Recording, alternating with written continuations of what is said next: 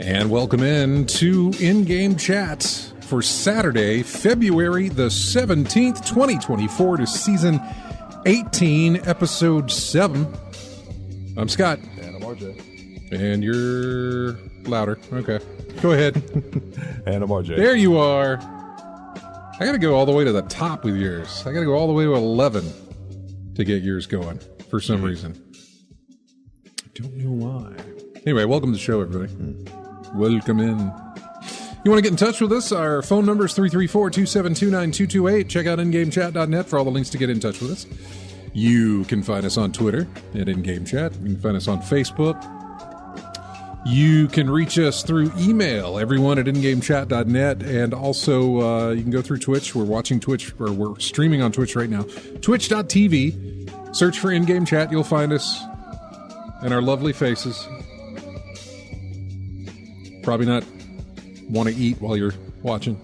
You can also join us on Discord, where you can be on the show with us through Discord and sound exactly like you're in the next seat with us in the room.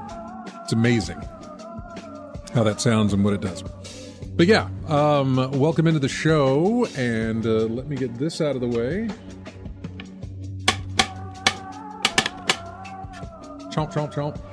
So, with that done, where should we start? With maybe what we played? Oh, computer's working again. Mm-hmm. Okay. Yeah. So, update on that situation. Realized that I need a new cooler. And I can't remember what all I said in the last episode about that, but when I was doing research on this, I looked it up, and there was a recall on the cooler that I have, but not necessarily we should really get the word out that there's a recall about the coolers that we sold. I don't get it. There was a blog post on Lian Li's website that says, we have discovered a manufacturing error. If your serial number is before this date, you need to reach out and contact to us and start the process of getting it replaced. Right. This is not advertised anywhere. It's only when I went to look up, like, my cooler's having problems, or is there problems with this cooler? That's the only time I found out about it. Yeah. So, I think you were talking about the fact that it was, since it was New Year, Chinese New Year, it was going to be a right. minute before any requests would get there. Yeah. So they wouldn't be back in the office until the 15th.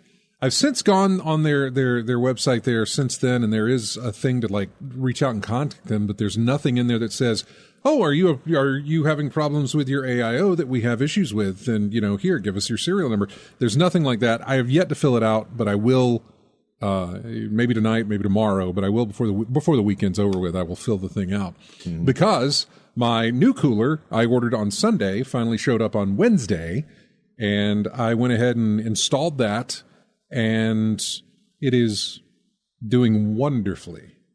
So it totally was the cooler. Mm-hmm. Completely was the cooler that was giving me the problem. Okay. And was doing that. So here, two things I did. I picked up a new processor. The final one in my chipset or whatever, the final one in my architecture for my motherboard and everything. I'm an AMD guy now. I wasn't, used to be Intel. But I switched over to AMD for this recent build, went from an AMD 3700X. That was 2020 when I got that. And they had released, last year at some point, they had released the 5800X3D, which they thought was going to be the last in the AM4 line. They've moved on to AM5 now, and if I was going to do AM5, I'd have to get a brand new motherboard, brand new memory, brand new processor, all that stuff, because that's the architecture that it's moving into. So for the final little hurrah, just last month, they released another processor in the AMD AM4 architecture, and it's a 5700X3D. It's like the 58. It's just a little step lower, like a tiny step lower, and a good fraction of price cheaper to do. I didn't necessarily realize this until I picked up the 5800X3D. But I was okay. I'm fine with the 5800X3D. It's no problem. Because I thought my processor was bad originally. And I thought, well, when I switch out this paste, I'll just switch in the new processor and, it'll be nice and things will be good. But of course, that wasn't the case, was it? It was the cooler itself. So anyway, switched out the processor and then switched out the cooler. I went with a Kraken in NZXT. Kraken 360 Elite, non-RGB version. Because why would I want fans on there that have lights when I've already got fans that have lights? I just want you to function right. That's all I need. It really is all that I need. Anyway, I was worried about how that was going to. This is a fun little story. I was worried about how that was going to go for me, because whenever I sit down to build a PC, and I haven't done it often. You don't necessarily sit down to do anything, but anytime I sit down to build a PC, when I think that, you know what, this will take me a few hours of an afternoon to build a PC. It's going to do that, right? We say that. I say it all the time. I look at it and I'm like, man, this is only going to take me a few hours to do. It should not take me long, but every time I've done it, it has taken far longer than it ever needs to do. Like this build I did in 2020, I started on a Sunday afternoon. Probably around noon on a Sunday. I did everything. I uploaded our show that day. I did everything, and then I was like, all right, show's uploaded. Things are out there. It's time for me to turn this off and do a build, and get to building my stuff. Because I was going to reuse some hard drives or power supply or something. I can't remember what it was. Probably graphics card too. I definitely was using the graphics card. I was going to take that out of there and use it in the new one because I didn't need to upgrade. I didn't finish that night. It was another. Then Monday night I worked on some more of it, and then Tuesday I think I was finally finished. Tuesday night I finally finished my build. The physically putting the thing together. Yeah, of actually putting it back in the room, sitting it down and saying, this is my PC now, rather than sitting in the kitchen table with a monitor so I can make sure it's, it posts and everything works and all this other stuff.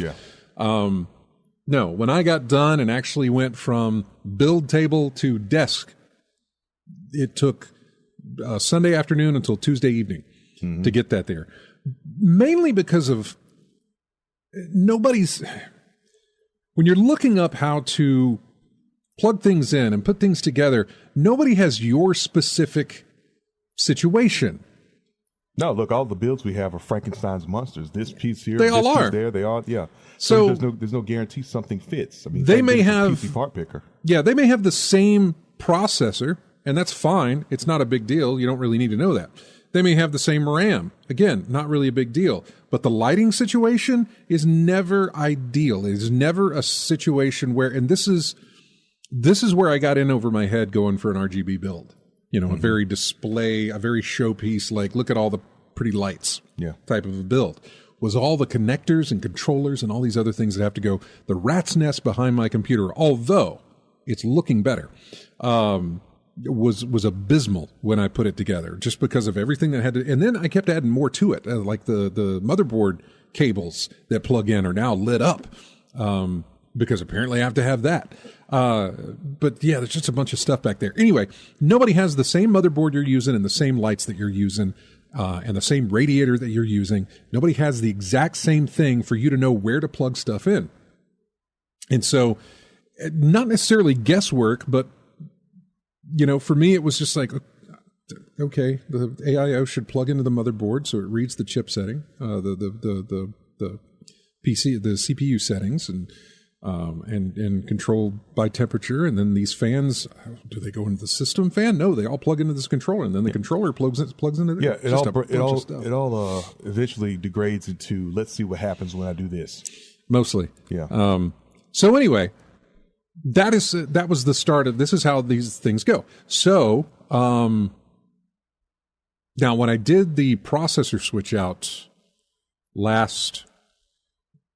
not this past Friday, but Friday before, that took no time at all. Took a lot of wiping off the thermal paste off the cooler and off the thing itself, but that took no time at all. Put it back on, did the thing, whatever, and my thing was still running hot. It was just annoying. That's when I realized it ain't the thermal paste. It's got to be the cooler. So I sit down Wednesday at like at least 4, maybe 3:45, 4 o'clock in the afternoon. 8 o'clock. I feel like I'm finally done. He feels like he's finally done. 4 hours to replace a cooler. To replace the AIO was not difficult to unplug and get all those. By the way, when I did take apart my old AIO out of the system and was able to actually read the serial number, yes, it is easily before the thing that I should send in. So hopefully I'll be getting a backup AIO to have when they send that to me, or when I put in the RMA or whatever it is I have to do. So I put in the I get everything out, and I'm reading the instructions, and I'm doing all these things. It honestly wouldn't have taken as long as it took, except for I go back to blame Lian Li, the makers of, man, they can make some really good stuff, but they can make some really stupid choices. I love their cases. Their fans are amazing. Some of their fans, they put, not that I have these, and I don't even want them anymore, but they make fans now, at least Lian Li does, that have an LCD screen in the center of the fan. You can get 6 or 9 fans lined in your case, and all of them have an LCD screen in the center to put God knows what on them.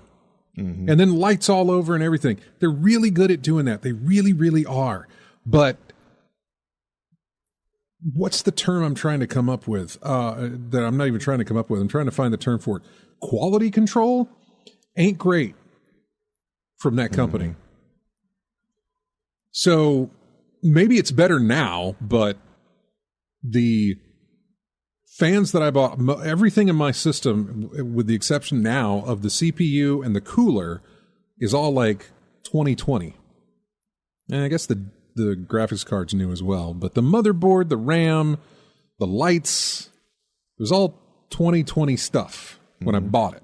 And a lot of it was brand new, especially the fans. The fans had just come out from Lian Li. They were the first daisy-chainable fans where you just connect them all together and one cord operates all of them. And it was a really cool concept, and I loved how it worked, and it was whatever.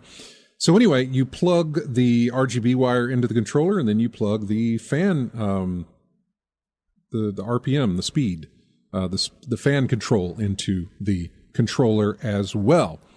And they say if you need to remove it, you just press down on this button, grab the 2 tiles, and pull out, and it comes out. That it did for the lights. I didn't need the lights to come out. The lights I want to have. I still want to have control over. Mm-hmm. But for the fans that were going to be attached to the radiator, I needed the fan control out of that box.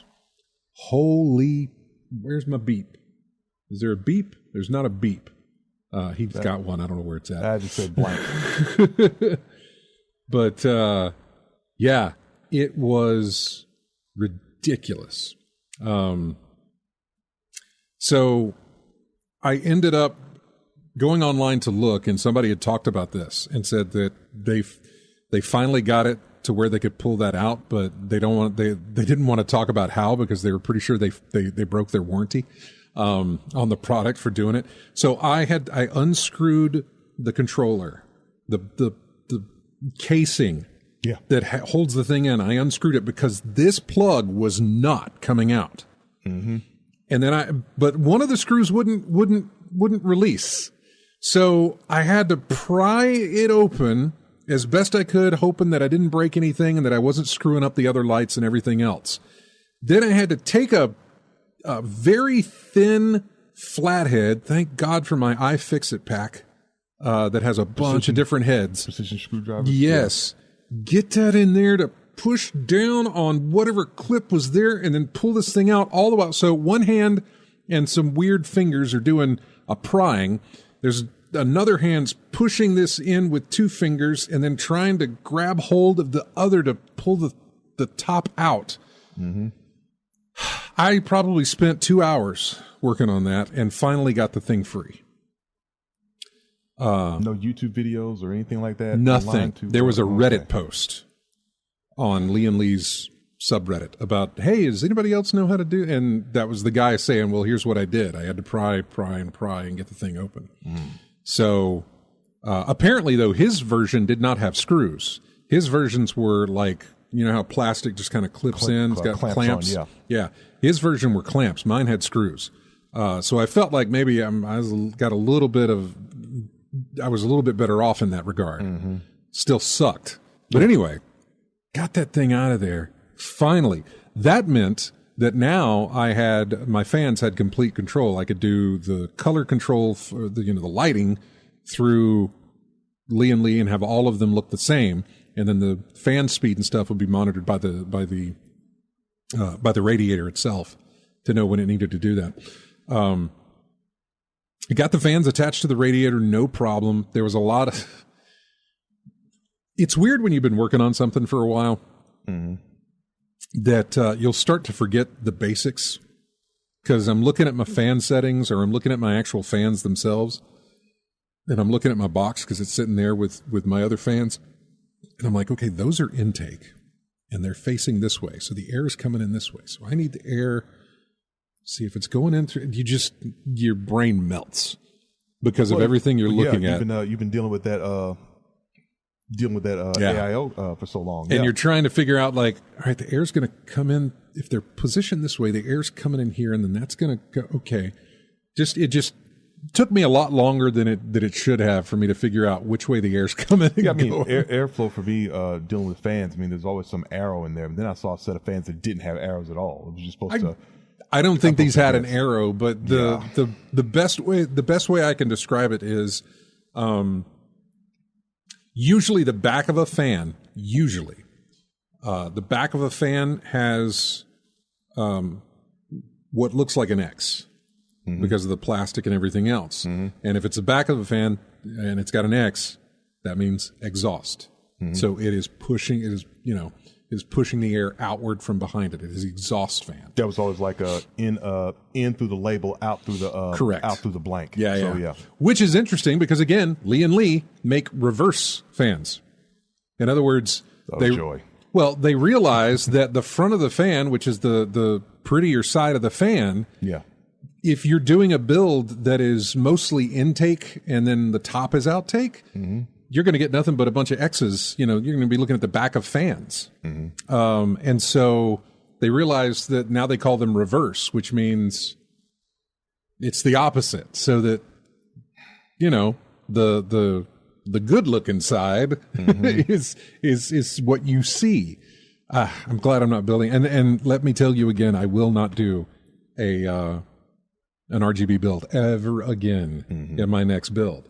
However, with the way things are holding on and doing whatever, my next build will likely be the same. I'll just switch out motherboard and RAM and whatever. I'll still use the same case. The fans are great.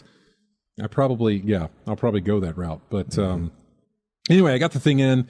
Kraken's working great.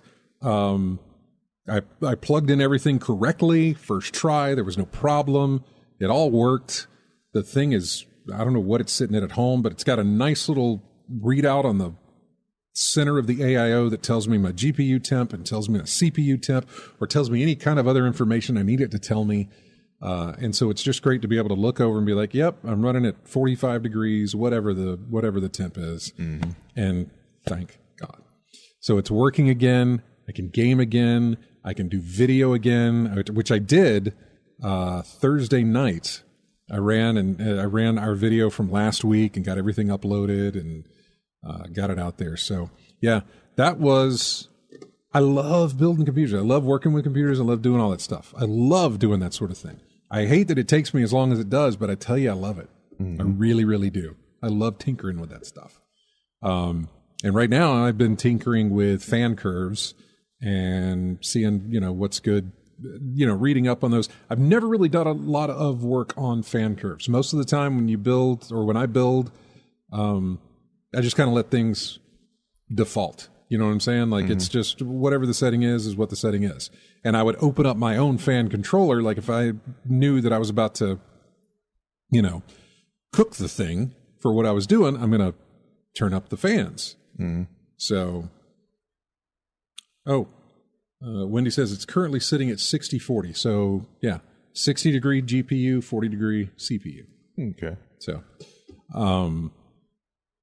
that was something I was going to ask her, actually. It's like, what are those weird things? Trust me, it's a weird thing. When you've been looking at your CPU temp for the past 2 weeks to try and figure out what's going on with this thing, and now you have something that you can just ask anybody, hey, go in the next room, tell me what the temp is on the thing, and all they got to do is look at it.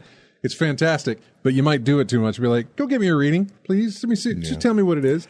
That was something I've seen before on the earlier computer builds, and I was wanting to see if I could get one for myself, just something that I could slide in one of the bays and just give a report that I don't have to go through a program on the computer. Just look at it and see, and know that you're fine. Yeah, I mean, I had to download the software that lets me put the stuff on there that I want to read out, and then change, however I want it to look, if I wanted to fit an aesthetic or whatever. Yeah,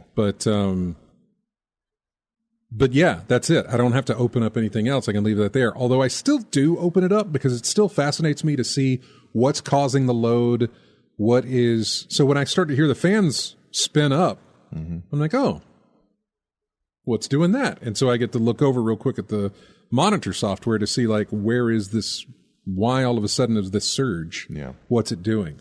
Usually nothing, but yeah. Yeah. See, in my case, the last one I saw, it was in a spot where the optical drives go. And since optical drives are not becoming a thing much anymore, right? All the cases, I don't see any optical bays, so I'm trying to see what my options are in terms of putting something on there that I can see readily. Because it won't be a AIO cooler. I mean, I'm just going to put a fan on a thing. It's not going to. I'm not going to do anything graphically intense on it to require anything like that. But I still would like to have something like that would let me just do a quick look and see how things are going inside. It's the subreddits that I belong to that talk about PC builds or show off PC builds, and specifically with Lian Li's, there are people who have built little display units that sit inside the case that give you all the information you need in a very small, compact area that lets you know what's going on with your computer, and really fits into the aesthetic. There's some really pretty ones. I don't know that I'd ever go that far with it. I like the idea. I really like the idea of, instead of having that on my screen, it sits on a monitor that's inside my PC that I can just look at. Yeah. If I'm not mistaken, the case I was looking at was a Thermaltake, and I think one of the panels on the side is glass or plastic, see-through, basically. So that might be something to look into if that's the case. Yeah. I've seen them. Lethal Migraine just said something about you can have an old cell phone lying around. There are videos that'll show you how to turn that into a display for your PC. And you could easily do that. You could take that. I could take something like, my iPhone or an older iPhone or something like that if I wanted to, and put it in there. I can't remember what a lot of people use, but it's usually it's usually like a stripped LCD that has no bezel because they make their own, they make their own frame for it, so it sits inside and matches the aesthetic. There's some really beautiful PC builds out there. Yeah, because I can, now that Mike Lethal mentioned that, I got a couple of old phones that I could strip down if that's the case. Yeah, I got the tools to strip them down if need be. So that's something to look into in the Reddit posts. Yeah. Not buildapc.com, but Build a PC is a subreddit I use. PC Master Race is okay, but then there's Rate My Build, which is really cool because then you get to see a lot of different builds, regardless of what people are saying. Like, ooh, that's ugly or something like that. You just get to see a lot of different ideas of how you can build a, and that's how I came to discover. I didn't even know Lian Li was a brand until I started to build in 2020 looking for a case. Yeah, I think I saw him when I went to Micro Center years back, and it was like they look, still never been into a Micro Center. Yeah, they look really specialized. They flashy to me. Yeah, and like, this is the customizers. Customizers brand, Lian Li. Totally is, and I had to. I actually had to take measurements because the case that I wanted was just ever so slightly too tall to fit where it was going to fit on my desk. And I thought, is there any way I can get around that? Can I remove that shelf? Can I make a cutout or something so that it can just slide? Because I really liked it, and it gave me lots of room to play around in, but I couldn't do it. Yeah, and so I had to go with putting it on the floor. No. You're not putting it on the floor. So yeah, you're not buying a case like this to sit it on the floor. This thing sits up where you are or whatever because it's a display unit type of thing. Yeah. I used to do cases that sit on the floor. I used to do cases that sit in a little cubby hole because the desk was made for it. Sits in a little cubby hole down at the bottom and everything, so it's out of sight, out of mind, and that's fine for most things. Although it really only fit a very, I don't want to say thin tower, but a typical tower PC. That is one of them network storage drives or setups or whatever. Yeah, I mean, just your typical computer, like if you'd find that you would find in your office, or that typical computer looking thing. Which is something else I want to build later on. By the way, because I've always been interested in like basically storage. I've always been the type of, don't like it not having enough storage space for things. Right. So I was thinking about making one of those as well. No, that's good too. Yeah. But the case I went with way back then was more of it was shorter, but it was wide. It was big. It's just all that stuff that whatever to show off. A lot of glass, and did my measurements and I was like, well, that's the one I got to go with. I hope everything works. And I was worried about graphics cards fitting. I was worried about how things were going to, the length and how far out it was coming to touch the glass. In fact, my cables for my graphics card, especially for the 3080 that's in there now, because that is so much bigger than I don't know what I had in there prior, but it was like a 970. So that goes way back. But because of the glass, the size of the case, the glass in front, I actually had to get 180 connectors to go on my graphics card because the cable would not have fit. The plug that goes into the graphics card would not have fit because of the glass. Yeah. So I had to get these things that were practically that you plugged into the graphics card. They came up flat and then hugged around, so then I could plug into the front or on top of that graphics card to get those cables plugged in. But yeah, so anyway, it's fun to talk about computer builds, and it's great, but mine's working now. It's working wonderfully, and it's doing what it should be doing. And yeah, I gamed a little this morning, very little this morning. The first time I got it in there, the first day I got it in there, I tested two things: my BlueStack instances of Monopoly Go, because that was a drain, and it handled that so wonderfully. And then I fired up Baldur's Gate 3 just real quick, and it shot up into the 70s, and then it was like, yeah, we got you. We're in the 60s, mid to low 60s to keep you going. I didn't do much. In fact, I didn't do anything other than move the camera around and, that sort of thing, and then exit out just to see what it was doing. So there's a couple other things. I didn't really want to run a test or a bench. I'm not that concerned about running a bench on it or anything like that. I just wanted to make sure that the thing wouldn't peg 90. Yeah, it wouldn't cook. Yeah. Every time I was doing the least little thing. Mm-hmm. So anyway, I'm really glad that that's all taken care of. It's a thing I don't have to think about anymore. Mm-hmm. I will think about doing the RMA on the AIO. Yeah, have a backup just in case. Well, yeah, and plus I paid for it. It should have worked. I like the one that I have now better. Which brand was it? For the old one or the new one? For the cooler that you got. For the one I got now, NZXT. Yeah. Okay. Mm-hmm. I think it's NZXT. Or is it NXZ? No, it's NZXT. Yeah. NZXT's cooler. It's a Kraken. It was it was between that or the Arctic Freezer 2, I think, or Arctic Freeze 2 was the other one that I was looking at. It didn't have a little flashy display, but it's been rated really, really good. Mm-hmm. But the only problem that I had with that was the fans are wired into the radiator itself. Like, you don't get to, outside of cutting that cable to detach the fans from, they are wired in there. There's a wire that goes from the 3 fans that are attached to the radiator that goes into there. In fact, when you get it, you don't screw in fans. They're already attached and everything. They're already plugged in there. Yeah. According to what I had read, now I didn't actually get one, but according to what I had read, that's how those work. And that was not something I was looking for because I wanted to use my own fans to go in there to keep the aesthetic with it. Again, on a non-RGB build like this, on a non-build that I wasn't keeping all these things looking like they're, something I didn't need to show off, I still don't need to show it off. But if that was not the case, then sure, I would have gone with that one. I've heard really good things about it. It's also really affordable. It's a very good AIO at a very good price. I think it's just over 100, or it may even be under 100.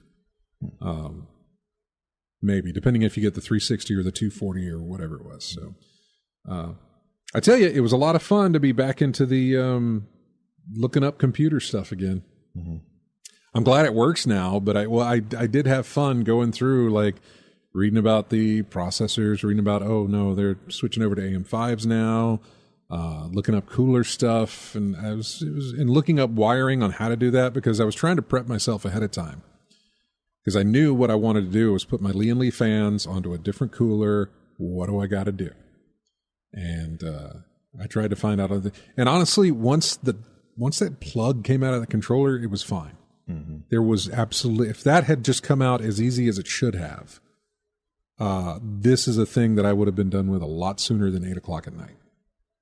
So we got to take a break because we are way over, and I've taken too much of the time here, and we got Chris waiting in the Discord to talk to us. So we're going to take a break, and when we come back, we'll keep talking more about video games and stuff and computers and parts and things. Here's music from Tekken 8. It is the music that plays on the map of Arcade Quest. I don't know. Have you played Tekken? Does Arcade Quest a thing in Tekken 7 and 6 and everything? Sounds like some story mode thing going on. Yeah, I'm wondering what that is. But anyway, this is music from that. We'll be right back after this.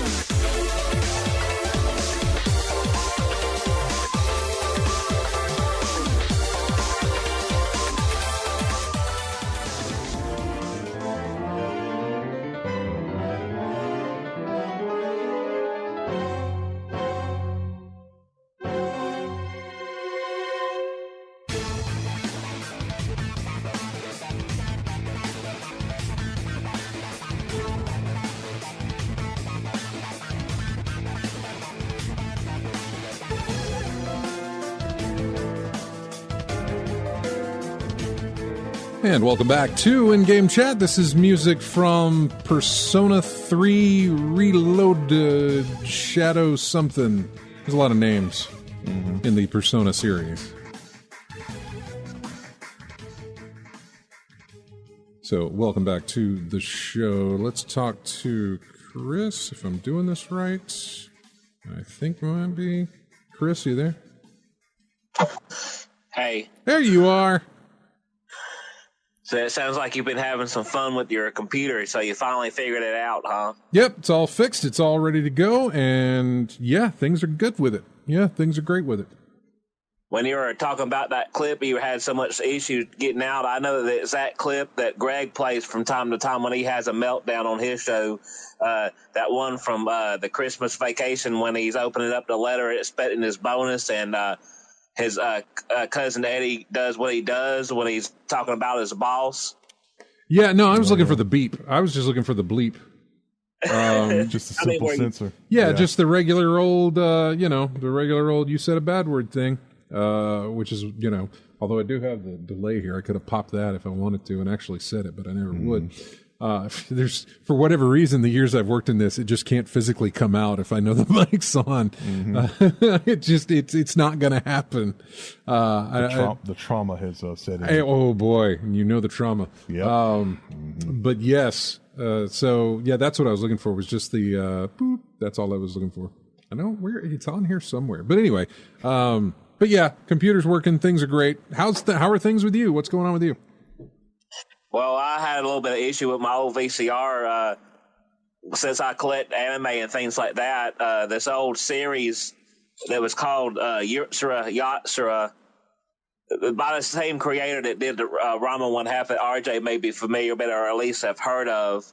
I've always known that they've had it in Japanese with just English subtitles, and that's all they had. But supposedly they only released one VHS tape of 2 episodes in the first 2 episodes in English years ago, and there was only one tape of that in English in existence that came out in America in 1994. And I thought, I've got to buy this. This is the one thing, that it's going to complete my collection. I've got the entire series on DVD that's in subtitles so I can watch it. But I also read and looked online about it, and it's got some cringy people, the voice actors that did the subtitles. And it was, I guess I can understand why they didn't go any further than the first 2 episodes.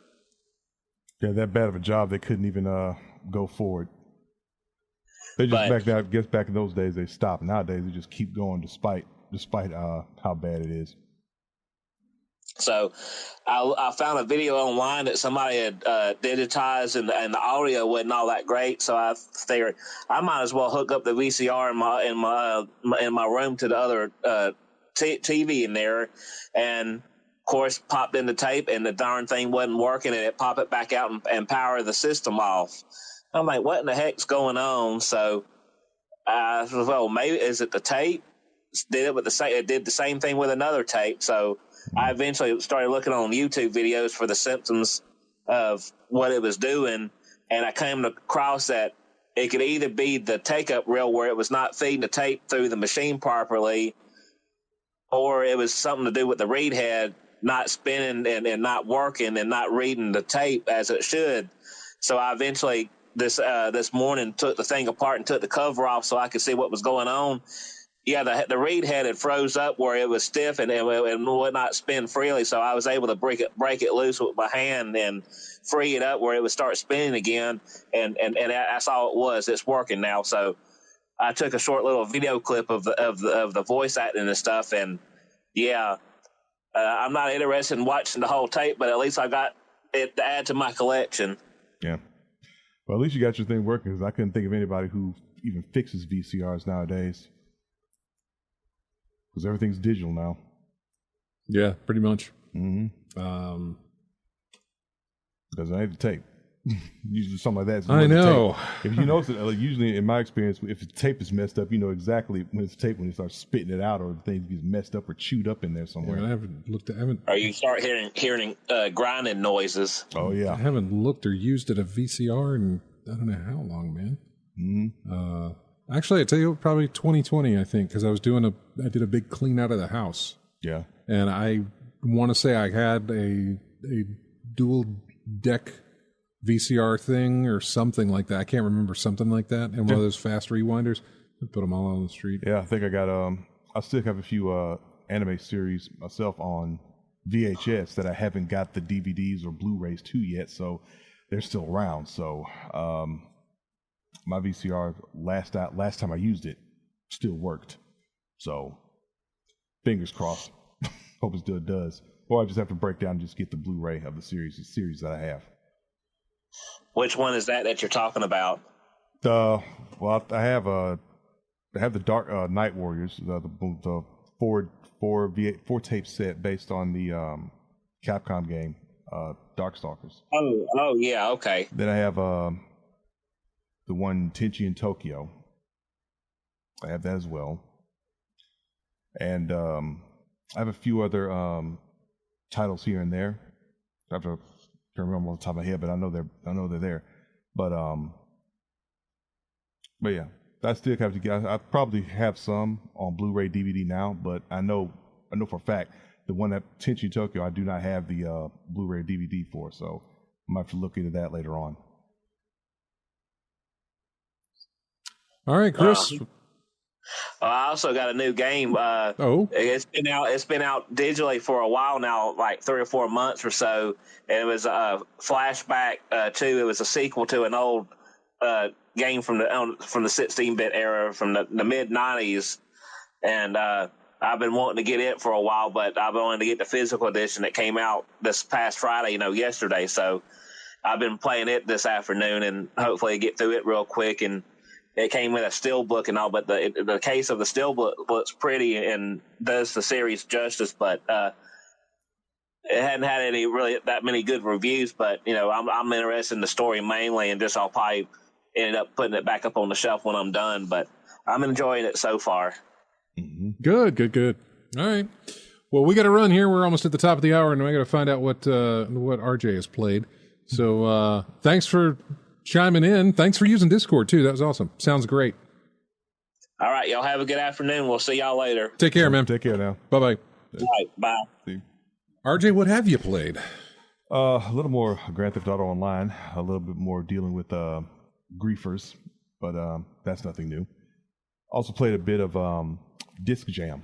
Oh, okay. Yeah, unfortunately, I found out the hard way that their servers have been shut off, so there was only people I can play with is AI constructs against the computer. Is this because they've shut the servers down? Yeah, servers were shut down. Apparently, they've been shut down since late 2022. Oh wow! So how long's the game been out? Oh, I can't. It's been a while. I know it's been out for. Doesn't seem like it's been out long enough for them to turn the servers off. But then again, I don't know. Let's see, I remember seeing that game at 2017 PAX. Yeah, 2017. Okay, that's when it came out. Yeah. No. Yeah. That's with the 7-year anniversary. Yeah, 7 years because it came out on the February 17th of 2017. That was when it was initially released. Oh, all right. Basically, Disc Jammers with a 3D. Didn't they do a sequel? Disc Jammers, yeah, Disc Jammers 2, but not. I didn't see a sequel to Disc Jam. Oh, okay. See, I'm thinking of Disc. Wait a second. So what game are you talking about? Disc Jam Disc Jam? Disc Jam. Okay, Disc Jammers is what I was thinking of. Windjammers. I'm sorry. No, it's Windjammers. Windjammers is what I'm thinking of. Yeah. I'm sorry. Yeah, Windjammers is what I'm thinking of. Windjammers. Yeah. You're talking about Disc Jam, and I knew there's a yeah. Okay. Yeah, Disc Jam is basically a 3D version of Windjammers. Really. Right. Yeah. Yeah. So I was doing that. So found out the hard way. Like I said, found out the hard way that the servers shut down. So all you can play against is AI builds. No online opponents anymore. So had to let that go. Then I played a bit of Ollie Ollie 2. Hey, I tried playing that after a long time. Tried to play Ollie World on my Steam Deck. I think it's still on there actually. Which I kind of liked it. Yeah, but I didn't get far. I didn't even get out of the tutorial. Yeah, the thing is, In my case, really, because I haven't played in a very long time, but the problem is stringing things together, right? Which is necessary in building up a big enough score to go on to the next levels of the game. Mm-hmm. So, in my playthrough, it was basically going through. Okay, how do I land again? How do I jump for a stunt? Yeah. How do I do this again? And it kept a whole bunch of messing up over and over and over again until I lather, rinse, repeat, and got somewhat of a hang of what I'm supposed to do in order to get through these levels. Mm-hmm. So I got through about a good 3 or 4 stages in the amateur, and I got a long way to go before I get to pro. But I'm stuck on I think the 5th amateur course right now. Yeah. There's a bunch of jumps and grinds and gaps to go over, and a lot of times it's basically trying to remember how to jump over a gap when there's nothing there, when you have to go off of memory, and I'm just losing it. Which is usually what happens when you take a long time to play. Mm-hmm. When you haven't played a game in a long time, you forget everything, so you may as well start over from scratch. In this case, it's been so long that I can't remember when to do what I need to do to get where I want to go. But outside of that, yeah, that's it. Anything else? That was it? No, that was it. That was all. I didn't play much, obviously. I couldn't really play much of anything, so I went back to the consoles. And I played a few things on Steam Deck. Well, first I went through and I downloaded a bunch of demos from the Steam Next Fest, because I was like, I don't want to miss out on these. Mm-hmm. I at least want to have them down so I can have them in my library so I can download them if they're still available. Because I knew I couldn't play anything during Next Fest because of the way my processor was working. And just, I kept my computer off for the next, was it Monday morning, or it may have been Sunday night. I just shut the thing down and I never turned it back on until it was time to replace the AIO. Because I was like, I can't do anything. And all I'm going to do is put the processor in danger of overheating. Mm-hmm. And so it's best to just leave it off. And so I just left it off. So I didn't get to play much. I did jump back on my Xbox and I finished up Grease, mm-hmm. A game called GRIS. I just call it Gree. Yeah. The thing about it is, had I only played for a little bit longer from where I last left off, I would have finished it because I didn't have that much to go. But I didn't know that at the time. Still, it was a short game anyway, right? I think it is, and I think it would be on a second playthrough because it is completely linear. Mm-hmm. I mean, in other words, you can go in a different direction than the game wants you to go, but you'll only get so far. In other words, you know how levels start, and instead of going right like you normally do, you go left. You can do that in this game. You can go in the opposite direction for a good long ways, but eventually it's like, oh, you hit a stopping point, you need to go back. There's nothing there for you. There are no like secrets or anything like that. As far as I know. I could be wrong on maybe multiple playthroughs, or maybe I just didn't find anything. I'm not sure, because there seems to be very little replay value in this game once you've finished it. But then again, I've seen the game on sale for like $3 or $4. That's not bad for a one run through, and it's really pretty. It is a fantastically beautiful looking game. Mm. It was amazingly beautiful.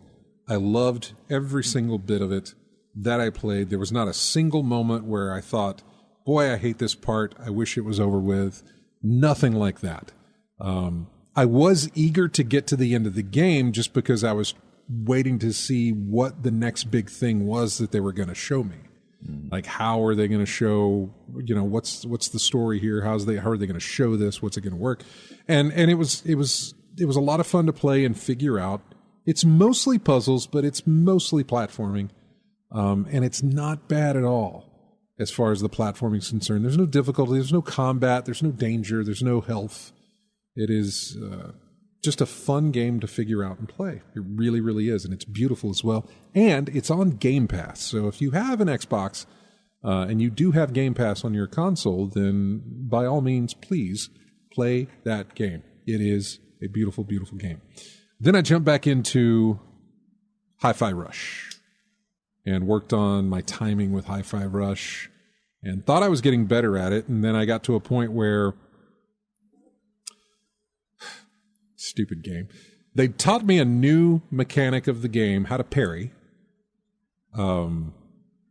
that was introduced. And right after they teach you how to parry, they give you a bunch of enemies that you can parry against to learn it. And then they gave you a big old boss to fight. And I assumed from the dialogue where they say, oh, he's got a shield and you can't get through his shield. What are you going to do? And I figured, okay, I got to parry, because when you parry, it projectiles go back to, fire back at the person when you parry. So I thought, oh, great, I'm going to have to parry. And parry is based on rhythm in this game. Everything in this game is based on rhythm. Yes. So they'll give you a pattern of how the attacks are going to come, like I can do for claps. Like, say they're going to hit you 4 times. Right? Yeah. So in the next thing, you're going to have to tap the button to parry just like that, match the beat of what you've been given. And so this little mech thing fires rockets. And when he does, the rockets are pow, pow, pow, pow. You know what I'm saying? Stuff like that. And I'm like, okay. But because they are positioned in certain areas, I can't parry, dash, parry, dash, parry, dash to get to where I need to be. So I thought, well, I'll just do one of them. And I was doing this over and over and over and over. Nothing's happening. I go to Google it. Like, how do I beat this guy? And like, oh, you got to get in close, and then a cutscene will trigger. You get in close, and a cutscene triggers, and you meet a new character, and the game basically gives you a new hub, and it's sort of an intermission of the level. It's the first time in the game that you're playing up to this point where a level basically is now split. Most of the time, you go from point A to point B, start to finish for the level. Then you go back to your little hideout base and, look at what you collected and then start the next mission, go from point A, go to the finish, you're done, blah, blah, blah. This was the first one where you went from start to mid, stopped, and then picked up from there and go from mid to finish. And so I went to the mid part, took forever on this boss, which I didn't finish, and met a new character and got a new hub and everything else, and so that's where I've left off. Great game, and so let me ask you this about these music battles. Most rhythm games, the only thing you're focusing on is the rhythm of the beat, hitting the buttons in time to the beat. But so what? Are you stationary, or are you having to move forward? Because you said get in close. You've got free movement unless you're doing an attack, obviously. Okay, so there's attack mode and explore mode? No. I'm just saying if you're what am I trying to say? There's not an attack mode and an explore mode. I mean, when you have to fight, okay, you are closed off from leaving the arena. But you're not stationary. No, but you can't leave the arena. In other words, you can't progress through the level until you've beat this group of bad guys. So it's not along the lines of, say, a Space Channel 5. I have no idea what that would mean. You're basically stationary and you're focusing on the rhythm of the beat and nothing else. I believe so. And you hit the right buttons. Oh, I see what you're saying. No. Nothing like that. No. Okay. Nothing so like something that. Completely different. All right. Yeah. No, this is full on attack, and every attack is to the beat. Every time you swing, it's to the beat. And if you can time those correctly, and there's a whole training mode where you can work on this, but you time those correctly, and then a little QTE pops up, and if you can hit that QTE on the beat, it's a stronger attack. If you don't, then it's just not as strong. They're not.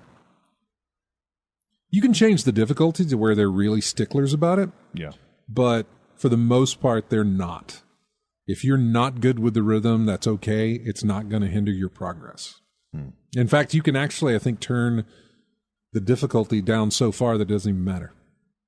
You can just go through and swing your weapon just all willy-nilly and not have to worry about matching with the beat. They really made this very accessible to anybody that wants to play it. As well they should. The animation is amazing, is wonderful. The fact that this thing was built in secret and shadow dropped, how nobody knew about this when it happened, I am still stunned. Because I can't believe that this didn't take a good long time to produce. The animation is just fantastic. It's really, really wonderful. The sound is all right. The vocal lip syncing and all this other stuff. It's okay. Not big. Not a great deal. The music choices are fantastic. The sound, like I said, the sound effects are okay. Some of the dialogue's like whatever, and some of the voice acting's like, and that's fine. But it's pretty. It's so pretty to look at. Hi-Fi Rush, great game. And if that is a game that they are going to move over to Switch or move over to PlayStation 5, like as is rumored, that's great. I hope a lot of people pick that up. It is wonderful. So we are way behind on time. We got to take a break. Here is music from Jujutsu Kaisen Cursed Clash. Tell me if I did that right. Close enough. Okay.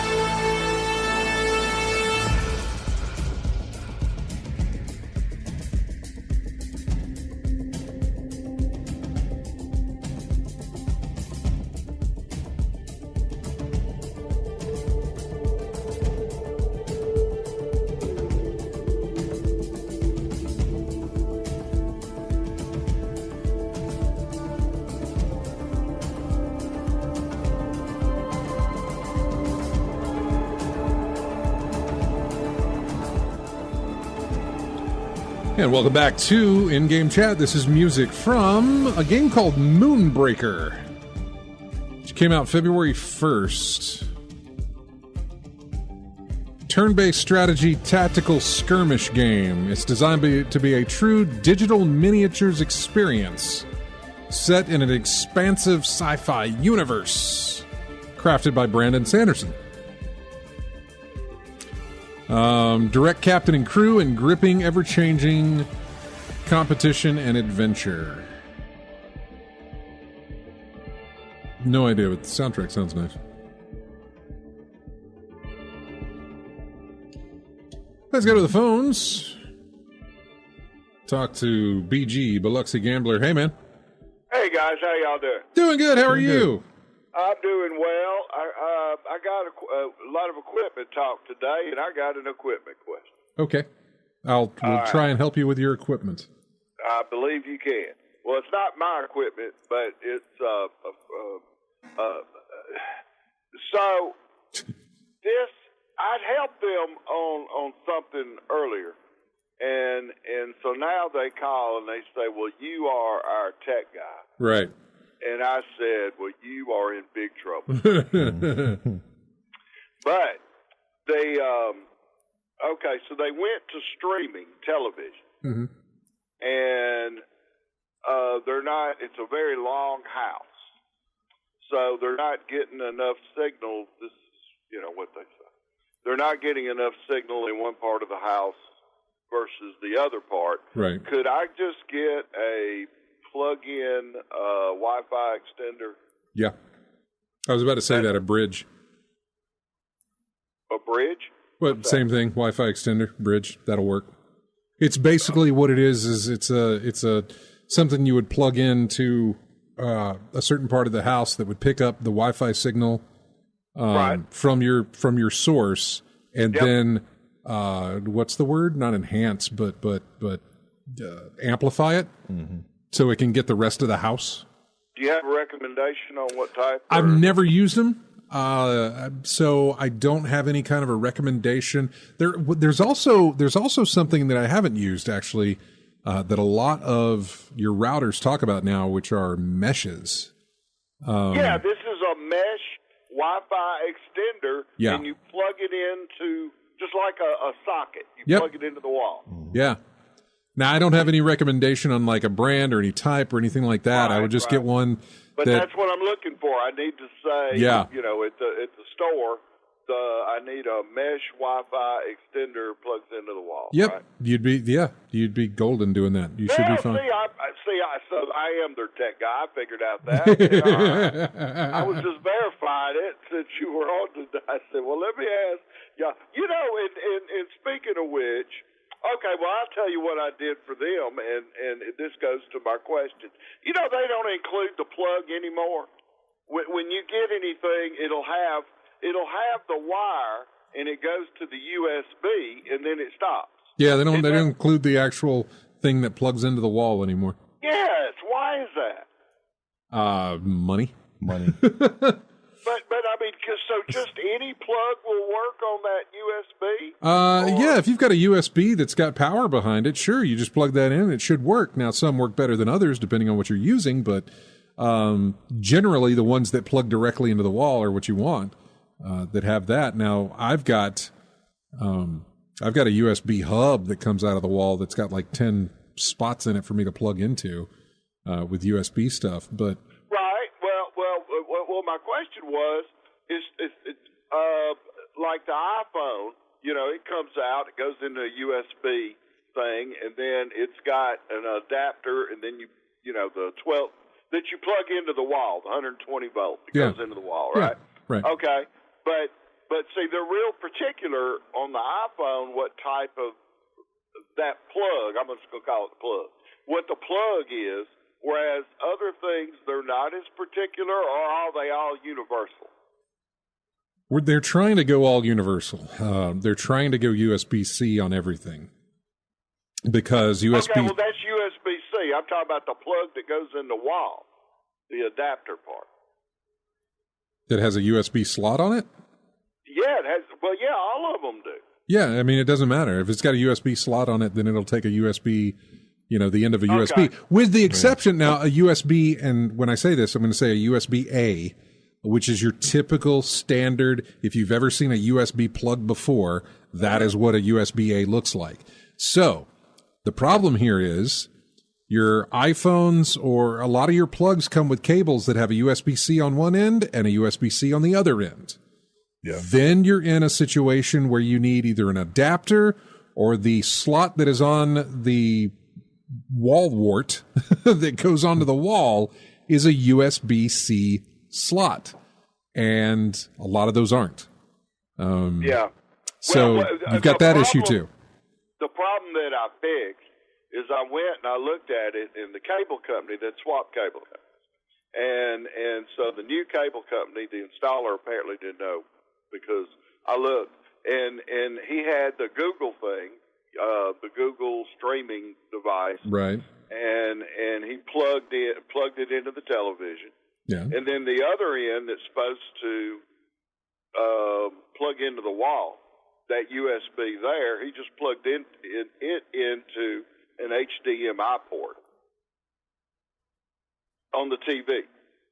There was no power going to it whatsoever. And I looked at it, and I'm studying on it, and I go, no, wait a second, because I brought one with me, because, you know, I stream. And so then I took some of my equipment, and then I said, no, this has to plug into something that plugs into the wall, which I got that done. I said, now it's got power, and boom, it works. So now I'm a computer genius. Oh, okay. And I said, basically, then I was trying to explain it to them, and they know even less about it than I do. I said, basically what they had it, the way they had it hooked up would be the same as if you put a piece of garden hose in the tailpipe of your car and the other piece in the gas tank. Which would be great if it worked that way, right? But it don't. So you got to have power. So now we got power, and boom, it works like a charm, and now I'm the one they call for anything whatsoever, like this weak Wi-Fi signal. And then I said, okay, well, how about, so I don't need a router for it. I'm just going to get a Wi-Fi extender, and that'll fix it. That is it. That is all you would need, yeah. Correct. Well, see, man, that's why I listen to you, man. Yeah, you got all the answers. Well, yeah. Not always, but thanks. Well, hey, if you think you can build a computer in 2 hours and did it in 3 days, Man, that's awesome. I couldn't even imagine if I started building a computer right now, I won't live long enough to get it finished. But anyway, thanks a lot, Scott. Hey, no problem, buddy. All right. Talk to y'all later. Bye. See you, man. Yeah, I'm going now. Yeah, I know. It's I always dread it when I go to build, but I love building. Yeah, I do love doing that. Oh, something you brought up there. Things that used to come with the packages, now they don't anymore. Yeah. Yeah. Controllers with the console. A game that used to come with the console. Right. Games don't come with the console anymore. The controller does. At least one. One controller. At least one. It used to be. I remember the days when it used to be two. Batteries. Batteries not included. Mm-hmm. A lot of things don't have the batteries included anymore. I think that was probably the first thing that was eliminated from packaging. Thing that was taken out was if you go back far enough, the first thing you lost in packaging was, nope, we don't have batteries in it anymore. We used to put the batteries in, not anymore. We don't do that. If there are batteries in there, they're the brand you've never heard of before. Never heard of. Frank's batteries. We got a few minutes here before we hit our commercial break, and let's get into some game talk. Why don't we? The Nintendo Switch, where most everybody in the world was thinking the thing was coming out this year, looks to be pushed back to spring of 2025, is what we're saying, or what we're thinking. That's what seems to be the consensus there, is that that's what's going to happen. So we'll wait and see about that. What else do we have? Well, we had that big Xbox thing. And it wasn't even a big thing. It's one of those... I read a headline that said... after the whole Xbox thing was over with, somebody did a headline that said everything that was in there could have been in an email. It didn't have to be, but why not milk it, right? Because you got a ton of people tuning in to hear about this. Because Phil Spencer had said, look, we know you guys are hearing rumors about us putting some first-party titles on other systems like PlayStation and like Nintendo. Mm-hmm. We'll talk about that on this upcoming business report podcast thing that we're going to do. That kind of snowballed with a bunch of people tuning in to figure out what this was going to be, how this was going to handle. And you didn't find out anything, really, as far as that's concerned. We found out 4 titles will be making the jump to other systems, but we don't know what 4 they are. We have a good idea about what they possibly are. We know that they're not Starfield or Indiana Jones, which was a thought.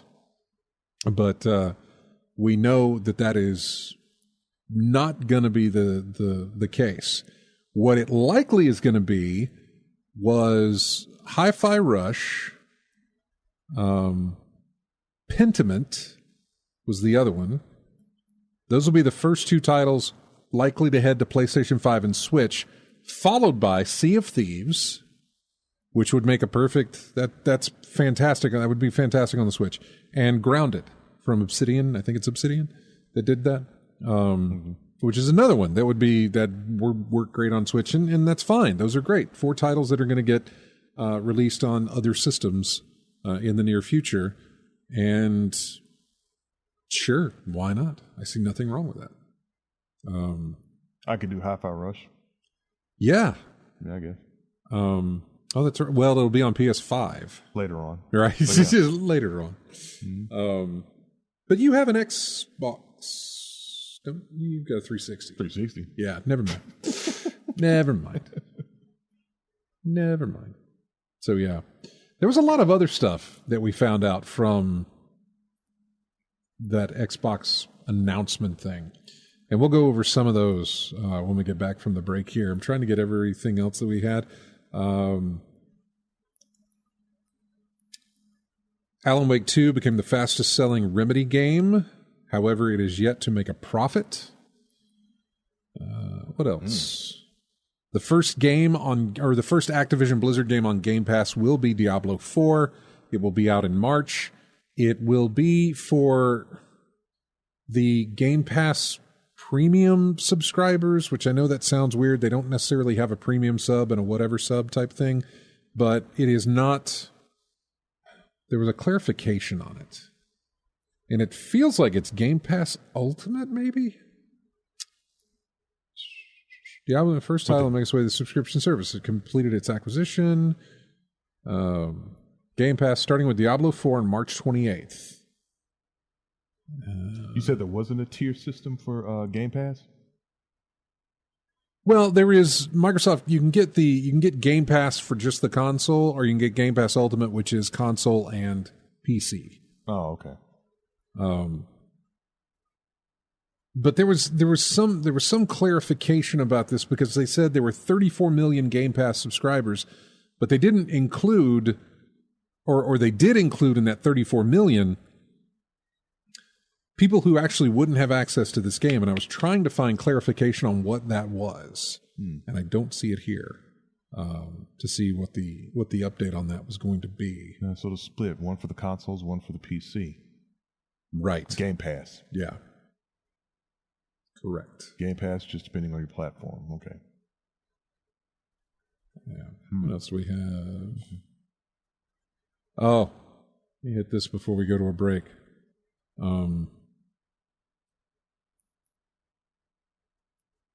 Let me see here. There was a new report out by IGN talking about layoffs at high-profile companies in the industry and how they've affected the ability of developers to make games, whether due to being laid off, losing funding, or working with fewer colleagues. A former employee at Studio Supernatural told IGN that the company was working on a spiritual successor to SSX that was to be published by 2K before the publisher decided not to do it. That kind of made me sad, because I wouldn't mind more SSX. SSX with microtransactions. Yeah, I don't know. 2K maybe would have done something like this, but I'm not sure. It was codenamed Project Gravity. The game would focus on the essence of what made the original series great by making an arcadey, amazing feeling, very accessible, competitive, and fun game. Project Gravity was also planned to be a live service, free-to-play title. So yeah, microtransactions, exactly like you said. But it seems like Project Gravity will not see the light of day. Well, now I'm okay with it. If that's the direction they were going in. Is that the direction that we're going in? Is that just the direction that we're going in? Well, this says it was to be a live service, but it's not going to be anymore. God, I hope that's not what they're trying to mold.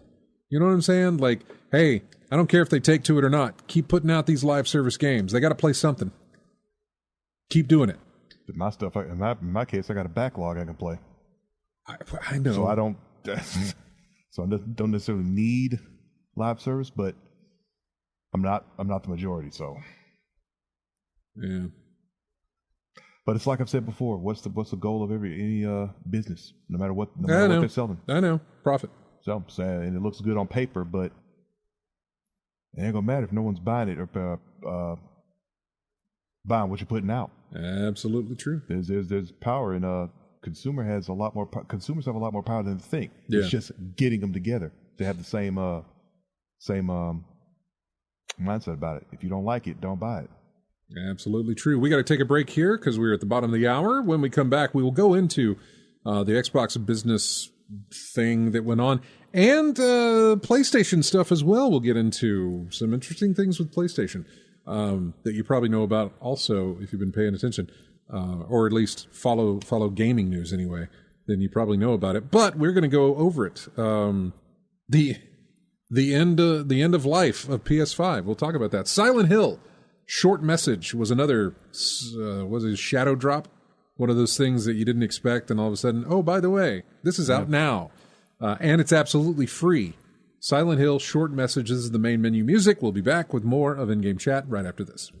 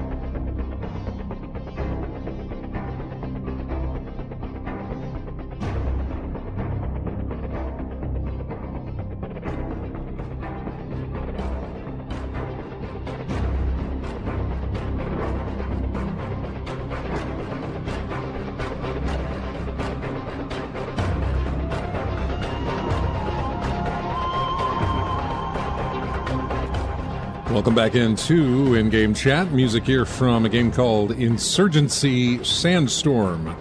The track is called The Glass House. Not familiar with the game. Yeah. Pretty, from what I heard, it's pretty realistic. Yeah? Yeah, very realistic. But it's not ringing a bell to me. Yeah. The one what I've been seeing a lot about lately is coming up again.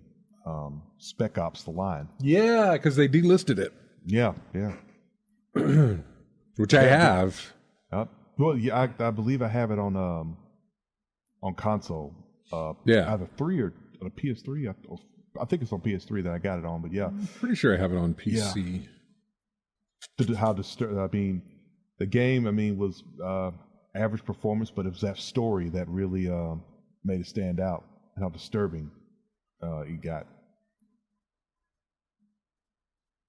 Well, there's a link for it on Steam. I guess maybe it isn't delisted, or can you just not?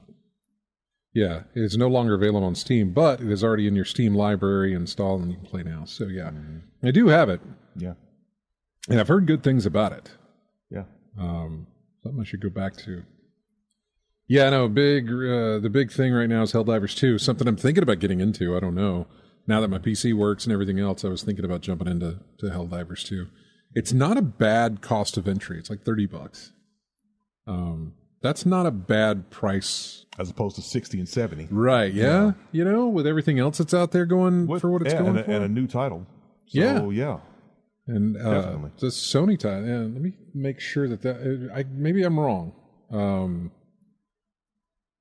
don't believe that I am. Yeah, it's $40. I'm sorry. It's $39.99. I want to say $30, but it's $40. Yeah, that's still not a bad 60 to 70 price to enter. An entry price for that thing. And the folks that brought you a heavenly sword. That's still. Is that how much is Heavenly Sword now? Oh yeah, well the developers. I'm not the developer. I'm just talking about Sony. Sony exactly. I don't know how much it is.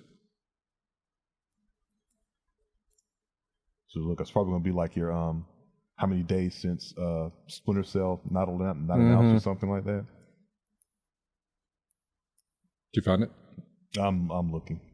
I mean, it's probably going to be nothing but used copies. You're going to be able to find a new copy. I mean, you may find a new sealed copy, but that's going to be some other person selling it, not a store. Let's see. Loose price $8.15, complete price $12, new price $41, graded price $80. New price $41. Box only $480. Manual only $350. Are we talking $350? $3.50. Okay, good. Yeah. I was like, yeah. About $350. Yeah. Yeah, new price $41, graded price $80. 4 sales a year. What if they remade that? Heavenly Sword? They really should. Team Ninja, right? Ninja Theory? Team Ninja? Who was that? Let's see. Should be right there on the thing. Let me go. It is Team Ninja. It is Ninja Theory. Ninja Theory. Okay, yeah. Yeah. Good game. Great game. So the Xbox Business Summit. They're just talking business for Xbox and stuff. They talked about the 4 Xbox games that are coming to other platforms. They would not reveal the titles to those games. But when directly asked, is it Starfield? Could you tell if it's Starfield or Indiana Jones? He said, no, it's neither of those. That's where we also found out about Diablo 4 being the first Activision Blizzard game since the purchase of the company to be moved to Game Pass. It'll be Diablo 4, March 28th. Phil Spencer says, despite the number of big games in 2023, the industry didn't grow, which resulted in layoffs, including those at Microsoft. According to him, the company needs to expand beyond the Xbox player base in order to keep the company healthy enough to maintain jobs. He said, when you think about a healthy industry, I want players who believe that they will find the best games on the platforms that they love. I want people who invest their careers in working here to feel like this is a place that can be successful. So If you listen to Lisa Su, the AMD CEO, she'll say that AMD-powered consoles are likely to decline in 2024. I think there's an amazing set of games coming in 2024, but if we don't get to growing as an industry, the industry will struggle. And today, there's really two choices on how you grow in the industry. Do you say I have a fixed number of players, the players that we have today, and do I find new ways to monetize these players to get more money from the players that I have? Or do you think about how do I expand the business I have by finding new players and adding those to the base of players that already play? Our focus on Xbox for the last decade has really been on the latter point of how do we make sure Xbox is growing for our players, growing for our creators, so that people who are finding success on our platform, which will grow the Xbox business, put Xbox in a position very strong for years and decades to come. So that's the reasoning for moving into other platforms, to bring in more players to your thing and to, more people to get more money. Yeah. Essentially. Yeah. Is what that is. So. Well, think about what happened with MLB The Show. It used to be exclusive on PlayStation all those years, but then got to a point where, hey, we need to get some more income. So what are we going to do? Put it on other platforms. Yep. There you go. Xbox is still investing in hardware with news on that front this holiday, so maybe some of the working on the next-gen Xbox. That's weird to think that we might be done with the Series X and the PS5. Yeah. It's weird to think that we may be coming to the end of those roads for those consoles. 4 or 5 years on the 2020. Market. Yeah. This is the only reason I remember this, because I was in the hospital. Mm-hmm. And I wanted to put in my pre-order, but I was in the hospital and I couldn't do that. Yeah, and then you had the shortages for whatever reason. Nobody could get their hands on one. And then you saw them on eBay. They were getting stolen left and right and showing up on And the Switch did wonderful that year. Yeah. The Switch was amazing that year. We're getting a new Switch next year, Yeah, the best ability is availability. Right.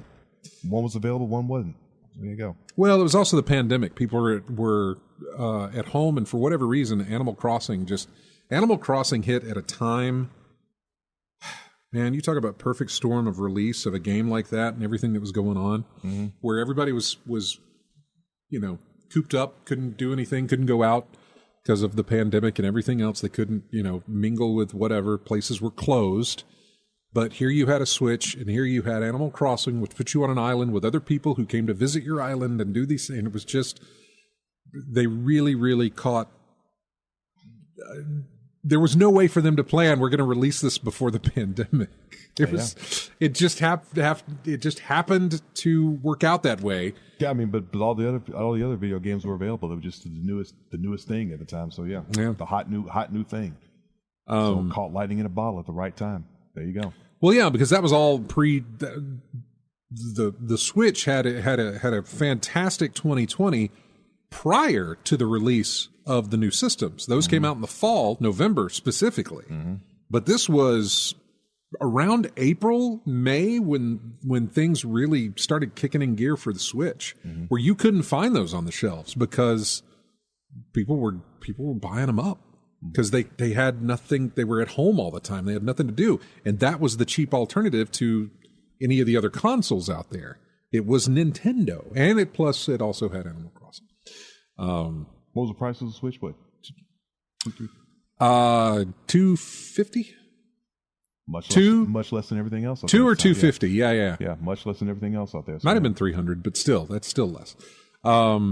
So yeah, they're still doing hardware. Xbox wants to respect the library players have built. With news and speculation surrounding the future of Xbox devices spreading over the past few weeks, there's been concerns that anyone who's been building a backwards compatible game library across the brand's many devices might become obsolete down the line. Spencer said that the Xbox will respect that in future hardware generations and try to keep the services up as long as it can.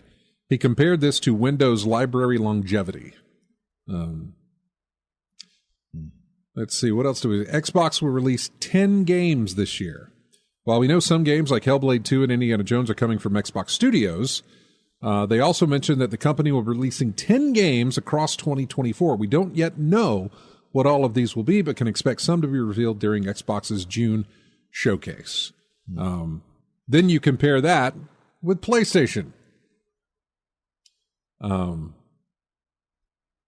Sony said, do not expect any new games in any of PlayStation's biggest existing franchises before the end of the financial year. That means no new entry in God of War or Spider-Man or Naughty Dog stuff until at least April of next year. Death Stranding 2 on the Beach, currently listed with a vague 2025 release date, will therefore launch later than March. Don't expect to see other big PlayStation properties such as Uncharted, Last of Us, Ratchet & Clank, or Horizon before then either. It's also unclear where a potential Ghost of Tsushima sequel fits in. We haven't even seen anything about a sequel to that game, other than maybe that it's going to happen, but we don't know. That's it. We hardly know anything about it. Let's see. For anyone keeping tabs on when we last saw some of these series, the news shouldn't come as a huge surprise. The studios behind these games are, of course, working on fresh projects, though in many cases it's too soon for us to be seeing their work released. This doesn't rule out PC ports of existing games in these series, of course. And it also doesn't rule out original IP to be released as well. It just said their big franchises will not see releases before April of next year. Yet here we are with Helldivers 2, which is a Sony product, first-party title, doing fantastically well on PC. And I don't know how it's doing on the console itself. But the PC numbers are fantastic for that game.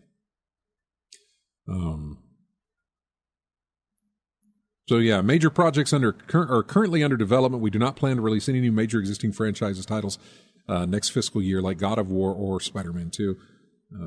Sony stated it expected software sales to decrease with no plan for release of major franchise titles, resulting in a slight decrease in first-party software profit.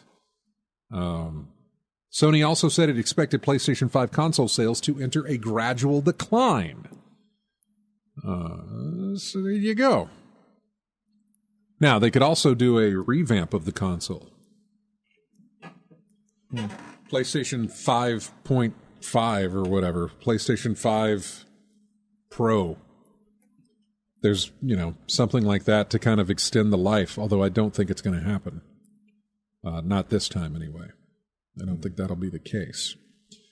What else did we find out from, I guess maybe it was I don't know if it was a conference call or what was going on, but Sony had some stuff. They released the latest financial results, showing an increase in sales for both the whole company and the PlayStation division. However, it lowered its sales forecast for PlayStation because of the hardware decline with the no release of game. Let's see. I got numbers here.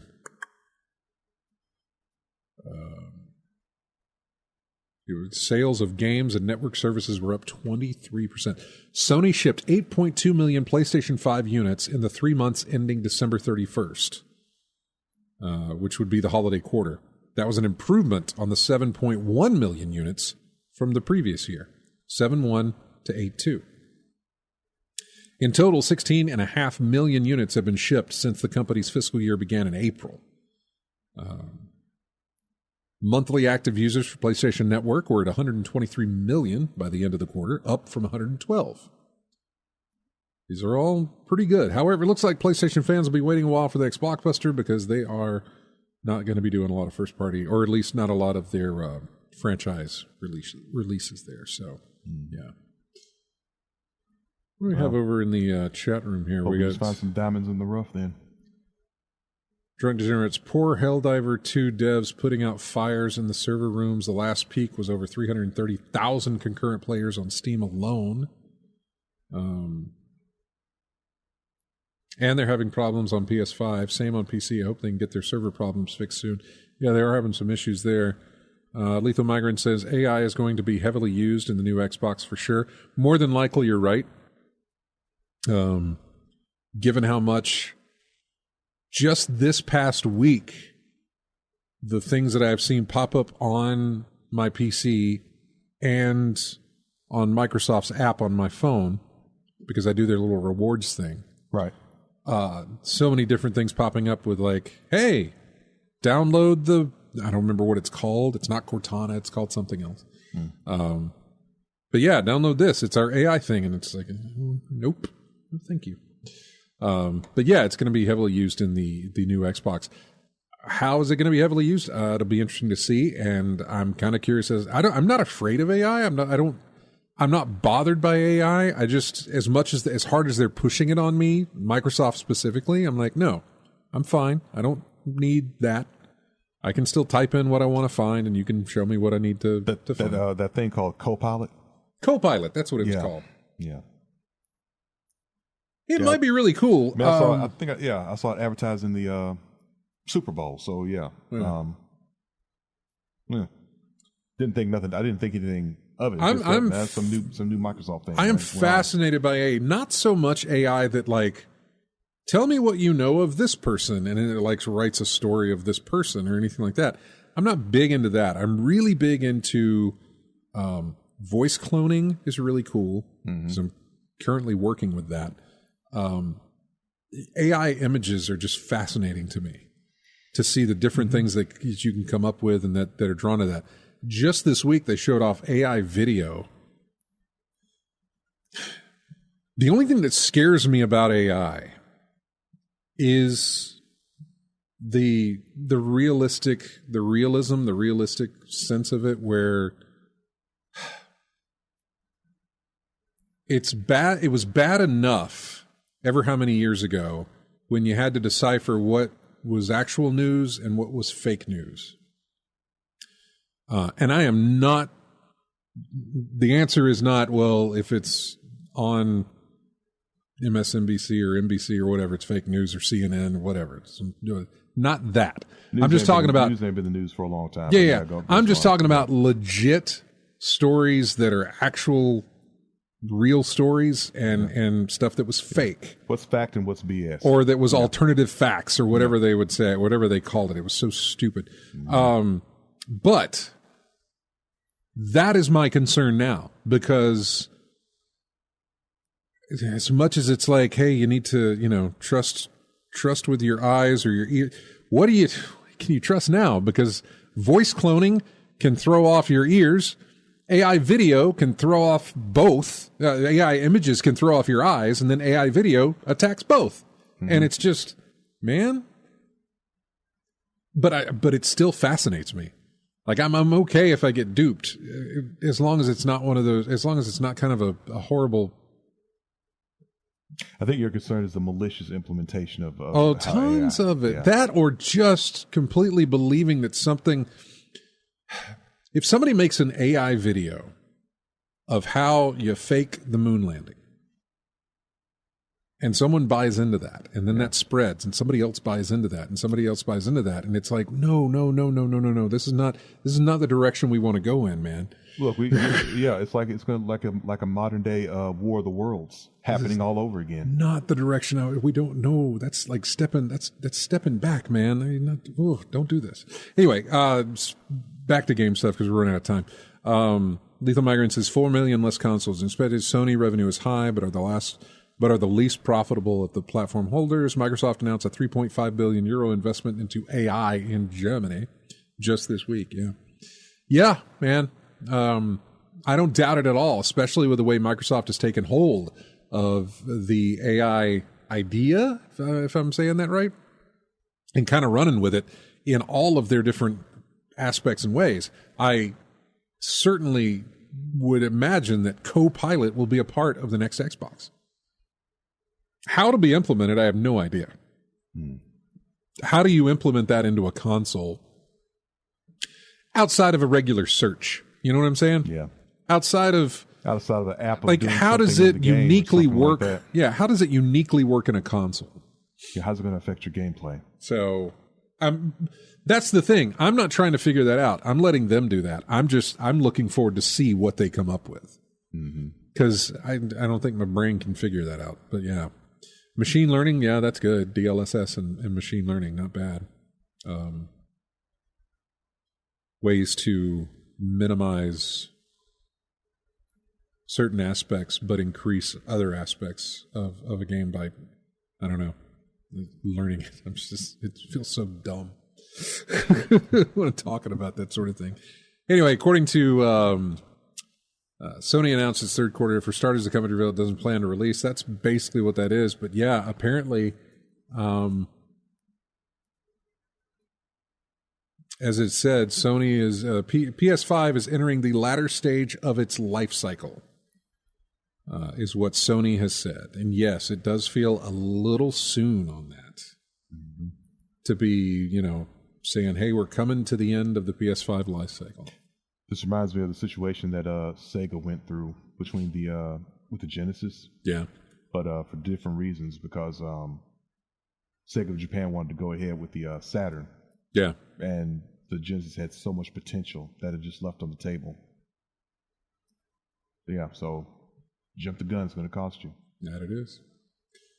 Well, folks, thank you for joining us, and thanks for everybody who joined us in the chat room. Thanks to Chris and Biloxi Gambler that called in, and everybody who's listening on the stream and on the radio. Thanks to everybody who grabs us each week from iTunes. This show will be up on Sunday this time, not like it was this past week. This thing's going to hit on time, so we'll be on iTunes, YouTube, the usual. So thank you all for joining us. Thank you for putting up with our delays and our ramblings and everything else. Have a fantastic week. This is music from Grand Blue Fantasy Relink. We'll see you next Saturday.